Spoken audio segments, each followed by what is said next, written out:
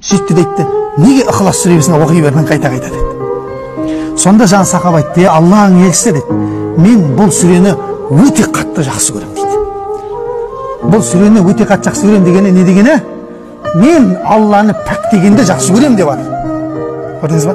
Сонда пайғамбар саллаллаху алейхи ва саллям айтты, осы сүрені жақсы көретіндігің сені жәннатқа жетектеп алып кіреді деді. Алланы пәктеуің деді. Көрдіңіз ба? Ақиданы. Алланы пәктеуің сені жәннатқа. Сау ақида адам жәннатқа апарады. Иншалла амалдар бұзық болса да.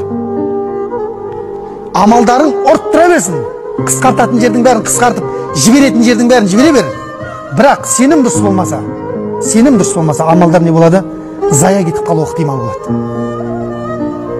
Сондықтан пайғамбар саллаллаху алейхи ва саллям айтып, сені Ықылас сүресі жәннатқа алып кіреді деп жатыр. Сондықтан сақ болуымыз керек екен, және Ықылас сүресін естеуіміз керек екен, көп оқуымыз керек екен. Итақтан соны оқып жүктеп қойсаңызшы, көп жаттаған жоқпыз. Өзімді айтып жатқаным ғой.